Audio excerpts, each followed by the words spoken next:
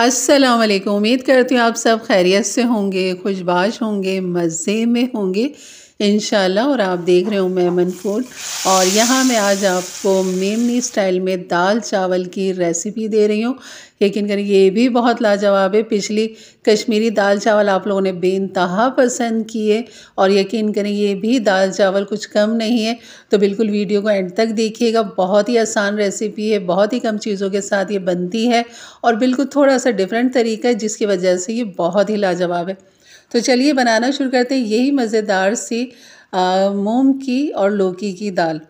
बिस्मिल्लाहिर्रहमानिर्रहीम। यहाँ पर मैंने 1 पाव मूंग की दाल ले ली है, यानी कि 1 पाव मूंग की दाल मेरे पास कम थी तो मैंने थोड़ी सी इसमें मसूर की दाल डाल के इसका वज़न पूरा 1 पाव कर लिया है।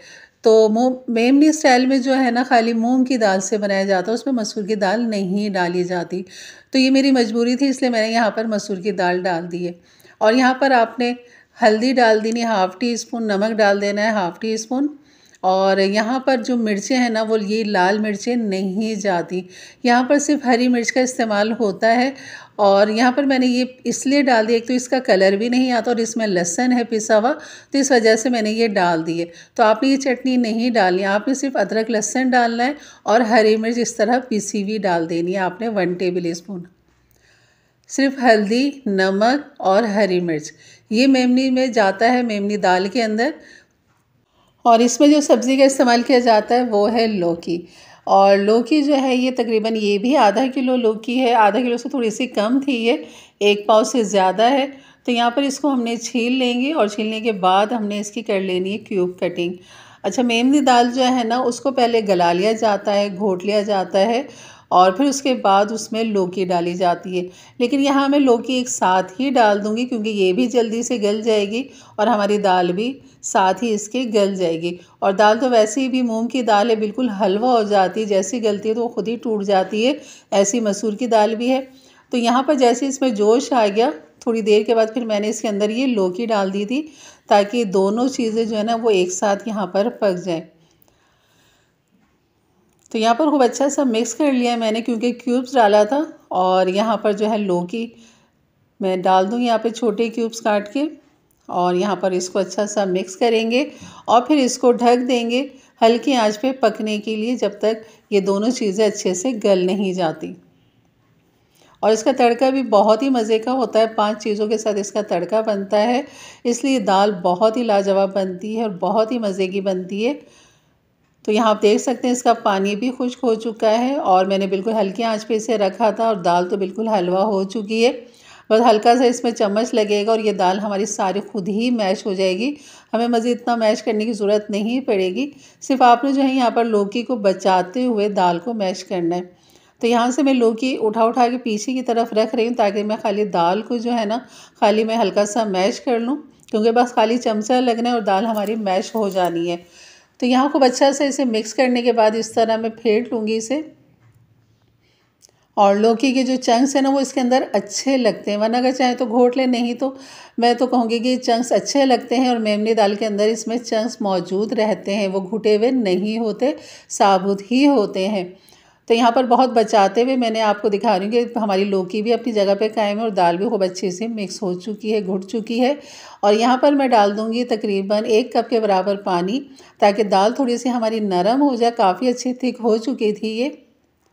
और आँच को मैंने कर दिया तेज़ ताकि इसके अंदर खूब अच्छा सा जोश आ जाए।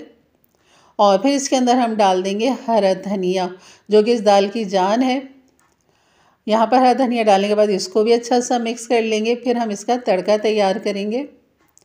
और आप इसको ज़ीरा राइस के साथ, बॉयल राइस के साथ भी खा सकते हैं, रोटी पराठे के साथ भी बहुत अच्छी लगती है। हर तरह से दाल बहुत लाजवाब है।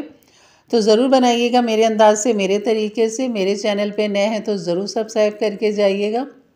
और यहाँ पर मैं नमक मिर्च जो है ना वो इसका चख लेती हूँ, बिल्कुल बेहतरीन है। तो बस इसका जोश आने का इंतज़ार करती हूँ। उसके बाद फिर हम ये तड़का है इसका, जिसमें कड़ी पत्ता है 15 से 20 अदद, साबुत लाल मिर्चें हैं 5 अदद, लहसुन की 4 से 5 कलियाँ जिन्हें बारीक काट लिया है, सफ़ेद ज़ीरा 1 टीस्पून और प्याज एक छोटी सी ले ली थी बारीक स्लाइस कटिंग। और यहाँ पर मैं घी के साथ तड़का लगाऊंगी क्योंकि दाल का मज़ा घी के साथ ही आता है। अगर आप चाहें तो ऑयल के साथ भी कर सकते हैं। तो यहाँ पर ऑयल जो घी जो है हमारा खूब अच्छा सा गर्म हो जाएगा। उसके बाद जो हम यहाँ पर सबसे पहले हमने प्याज डाल लिए, और जब प्याज के लच्छे इस तरह खुल जाएंगे ना, उसके बाद फिर आपने ये तमाम चीज़ें इसके अंदर डाल देनी है।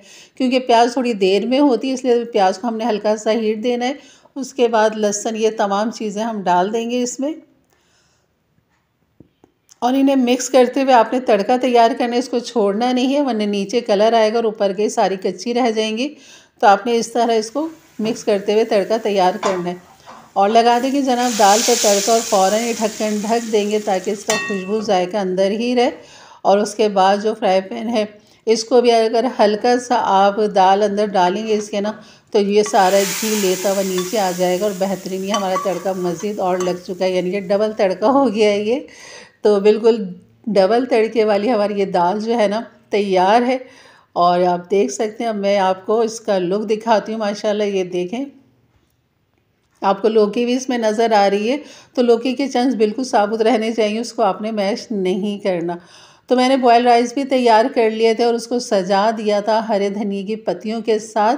ये सब आपके लिए होता है जनाब, ताकि आपको अच्छा लगे। जब आँखों को अच्छा लगेगा तो यकीनन खाने में भी अच्छा लगेगा। तो यहाँ पर ये सलाद की भी तैयारी हो गई है, टमाटर और प्याज की।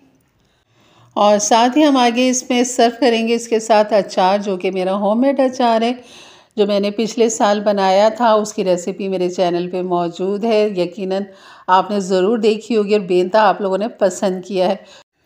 तो चलिए जी, जनाब के सामने अगर इतना अच्छा खाना मौजूद हो, वो भी दाल चावल हो, तो क्या ही बात है। तो बिल्कुल नहीं रहा जाता। तो बस मैं तो शुरू हो गई हूँ जनाब। बिल्कुल आप भी बनाइए मेरे अंदाज से, मेरे तरीके से। और मेरे चैनल पे नए हैं तो ज़रूर सब्सक्राइब करके जाइएगा, और अपने प्यारों में ज़रूर शेयर किया करें ताकि उनके लिए भी आसानी पैदा हो। और ये है मेरा वो होममेड अचार, जैसे कि आप देख सकते हैं साल भर इसको हो जाएगा। और ये देख सकते हैं आप, अभी तक ये फ्रेश है बिल्कुल, यकीन करें। और ये मज़े से पक चुका है, गल चुका है, इतना बेहतरीन हो गया है ना ये, और मज़ा इसको खाने में आ रहा है। यानी कि अचार जितना पुराना होता जाता है इतना ही उसमें जायका फ्लेवर बढ़ता चला जाता है। तो यहाँ अचार के साथ खाती हूँ और जनाब आपको दिखाती हूँ, और मेरा हाथ बिल्कुल भी नहीं रुक रहा, और आप कहेंगे कि बस खाए चली जा रही है। तो बस यहाँ पर अब वीडियो को भी मैं एंड करूँगी, और आपको मैं दिखा देती हूँ। यकीन देंगे अभी तक बिल्कुल जहन में नहीं आ रहा है कि मैं आपको बिल्कुल कहूँ कि बहुत अच्छा बना है, बहुत मज़े का बना है, और मैं आपसे खुदाफिज करूँ।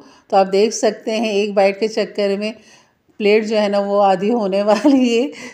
तो चलिए जी, वीडियो को एंड करते हैं और आपसे इजाज़त लेते हैं। आप भी जल्दी से जाइए और इस मज़ेदार सी मेमनी दाल चावल की तैयारी कीजिए। तो इंशाअल्लाह मिलते हैं फिर एक अच्छी नई रेसिपी के साथ। तब तक के लिए इजाज़त दें, अपना बहुत सारा ख्याल रखें, दुआओं में याद रखें। अल्लाह हाफ़िज़।